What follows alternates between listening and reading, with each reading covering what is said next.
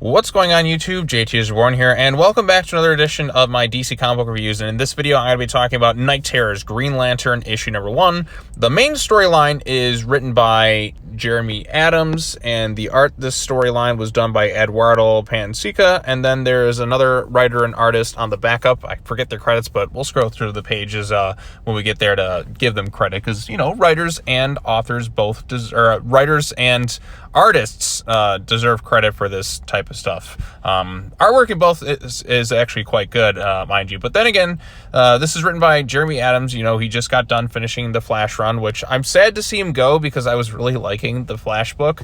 But now he's on Green Lantern. I haven't read the new Green Lantern series yet. I know there's only like 2 issues out, so I'll have to go back and check it out because I guess those lead directly into this particular issue. Kind of like what happened with Dark Crisis, with what Adams was doing there. Like the storyline, you could have read it like it connected well with the Flash run that was going on, and then that kind of led perfectly into the Dark Crisis time, but it also was a factor into the main story. It didn't feel like just kind of an afterthought, if you will. It was still an engaging story, despite being linked to Dark Crisis overall.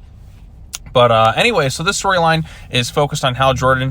Now, of course, we'll have to read our little text box that's in everything right here, as you can see. A mysterious and deadly new villain named Insomnia has struck. The entire world has been forced into eternal slumber, including all the heroes and villains, as Insomnia searches their dreams for the Nightmare Stone. Can the heroes survive being trapped within their darkest fears? So, again, the same thing we've kind of already gone over. I already covered issue 1 of Night Terrors. You can check that out on the channel and some of the other stuff from last week. So I still got a lot of videos. I don't know if I'm going to get them all today. Probably I'll finish them up by tomorrow when I'm on the road, if you will. But anyways, so this is Night Terrors Green Lantern Doorway to Death, part 1 of 2, I suppose, because this is going to be a 2-month event. So if you're enjoying Hal Jordan, this is basically kind of him confronted with his various fears, but he's a Green Lantern. He's used to conquering fears. So a lot of this doesn't really faze him all that much as it would some other heroes, if you will. He's kind of like, yo, what the hell is going on here? Something weird and fishy, and he's kind of aware of the situation that's going on in play. He faces off against his undead dad. He goes back to when he was a test pilot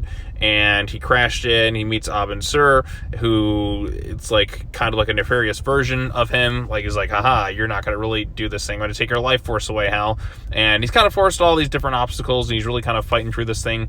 He comes across the Guardians on Oa, if you will, and he's kind of doing their shtick, and there's some really gorgeous looking artwork sprinkled in throughout this thing. I think the artist and the style of Green Lantern and the various visual constructs on display are quite good. Like I said, how it faces off against various enemies and nightmare creatures, and it all looks spectacular. And at the end of the issue, he's coming into terms with his greatest nightmare, which is Parallax, if you will. So Hal is going to face off against Parallax, and it'll certainly be better than the live-action Green Lantern movie, which, by the way, James Gunn in that announced for Superman Legacy that Nathan Fillion is going to be playing Guy Gardner. Now, he was voiced Hal on several occasions, but yeah, it's weird. There's and they also announced Metamorpho joining the cast, and they have Hawkgirl, and they have Mr. Terrific. So there's a lot of DC characters showing up in this movie, surprisingly enough. So that'll be interesting. But anyways, in the backup is a Sinestro focused one.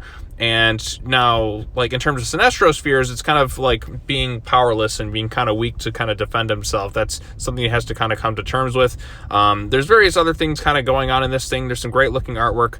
This storyline itself was not written by Jeremy Adams, if I recall. This one was written by Alex Segura with the artist Mario Fox Focilio. I think I'm pronouncing that right. If not, then I apologize. But yeah, so Sinestro facing off against his fears. He comes into contact with multiple versions of himself and all sorts of other kind of crazy shenanigans going on. You have a Green Lantern version of himself, and he kind of sets the stage for whatever's next with this whole nightmare thing. So not sure what this adds to the overall story and how it's going to really tie into it, but it is what it is. I mean, as a standalone issue, if you, like I said, the only real connection we have is this is Nightmare World, and then you have that little intro box right there. But again, these are kind of with these Night Terror stories. A lot of them feel kind of disconnected really from the main story. But I mean, as a nightmare tale with Hal facing off against various things, I mean, it's enjoyable enough. There's some great looking artwork sprinkled in throughout. The Sinestro thing is also good in terms of its artwork, and that it's just kind of linked to this Night Terrors event. But again, if you didn't really read that little box about it, like, it could feel like a random standalone issue of Green Lantern. It feels still kind of disconnected, if you will, from the main Night Terror storyline. Like, the only ones that really feel important are the Joshua Williamson stuff. Like, if I didn't read this thing, I feel like I wouldn't really miss much in terms of the overall Night Terrors event. But if you want to just read a pretty like decent issue of Green Lantern that's tied into this event, then I guess there's no harm in checking this thing out. So yeah, that's really all I have to say about this particular thing.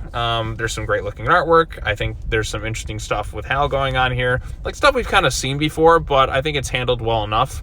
So yeah, like I said, this is a fine issue, and that's pretty much all I can really say about this one. I haven't gotten around to reading the other issues just yet. Like I said, I've been kind of busy since yesterday. It's been kind of a go kind of day, if you will. So looking forward to checking those other things out. So you'll probably see some more videos tonight, and then you'll see more videos going into tomorrow, probably, unless I can get them all done tonight. So yep, that's all I really have to say.